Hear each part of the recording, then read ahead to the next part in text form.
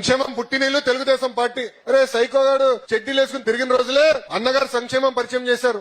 Psycho గాడు అని చెప్పి మా లీడర్ని ఒకరు ప్రశ్నించిన ఆ లోపర్ గారిని అడుగుతున్నా. నేను సైకో గాడు అని చెప్పేటువంటి లోపర్ గారిని నేను అడుగుతున్నా. మా లీడర్ అడుగు పెడితే జనం ఏ రకంగా వస్తుందో ఒకసారి చూడు.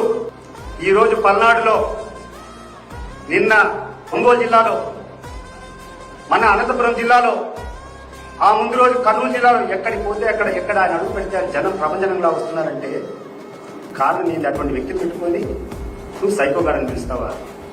ఏం ధైర్యంతో నువ్వు మాట్లాడుతున్నావు నాకు అర్థం కావడంలా. అధికారం వచ్చిందని చెప్పి మదం ఎక్కి నువ్వు మాట్లాడుతున్నావా? అంటే నువ్వు అరెస్ట్ చేస్తావంటే లేకుండా ఉంటే నువ్వు ఏమైనా ఇబ్బంది పెడతావంటే నువ్వు భయపడే వాళ్ళు ఉండాలని చెప్పి భయపడించాలని చెప్పి ప్రయత్నం చేస్తున్నావా? Even if it cost our lives, even if it cost our lives, you are ready to fight against your arrogance.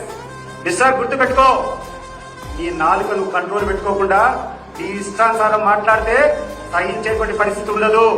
నువ్వు ఏ రకంగా మాట్లాడతావు పదంతలు మేము మాట్లాడగలుగుతాం.